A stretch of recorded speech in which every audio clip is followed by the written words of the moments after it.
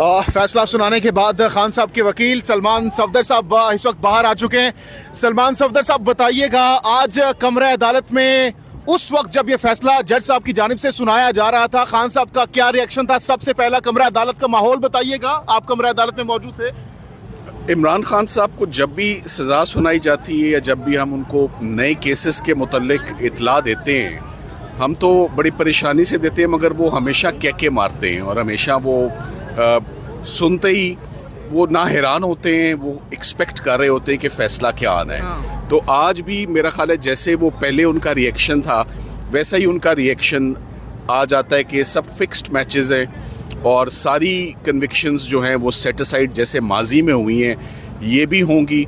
उसके बाद आज उन्होंने मीडिया से भी बहुत खुल के बात की। आज बहुत बड़ी तादाद में मीडिया जो है अंदर मौजूद था। ये कम होता है ऐसा, और जज साहब ने भी मीडिया को आगे बुलाया और जज साहब ने जब सज़ा सुनाई खान साहब को तो सिर्फ मुस्कुरा रहे थे। इससे पहले भी उनका यही रिएक्शन होता है, तो उतना ही साबित कदम है जितने वो पहले थे, वो वैसे ही डटे में इन केसेस के खिलाफ जैसे वो पहले डटे हुए थे। मैंने कोई उसमें फ़र्क नहीं देखा आज भी। कमरा अदालत का माहौल भी बताइएगा, माहौल कैसा था? क्योंकि 14 का फिगर सरकार को रास नहीं है, मुझे और इमरान खान साहब को और डिफेंस को रास है। सो जैसे 14 का फिगर पहले तमाम केसेस में वो कन्विक्शन सेट असाइड हुई और क्वाश हुई हाई कोर्ट में, अगर इधर भी 14 साल है तो इसका इंजाम भी वही होगा जैसे पिछले केसेस का हुआ, और ज़्यादा देर नहीं लगेगी इंशाल्लाह। बहुत जल्द हम जा रहे हैं अपील में।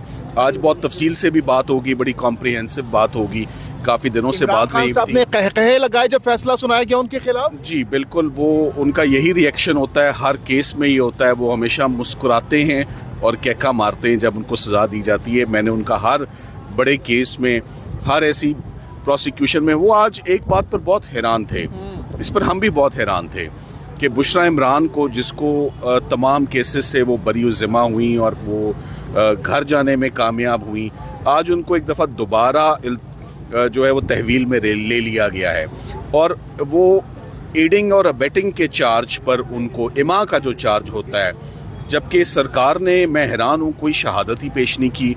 और जज साहब भी पूरे केस में बहुत मुतमईन थे। उन्होंने बार बार पूछा भी सरकार से कि बीबी की हद तक आप एविडेंस बताएं कि उन्होंने कैसे सहूलत कारी की है अल-कादिर ट्रस्ट में।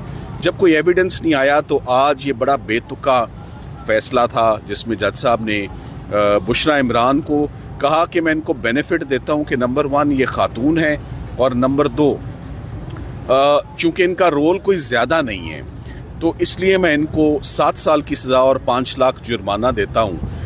मेरा ये ख्याल है कि डिफेंस आने वाले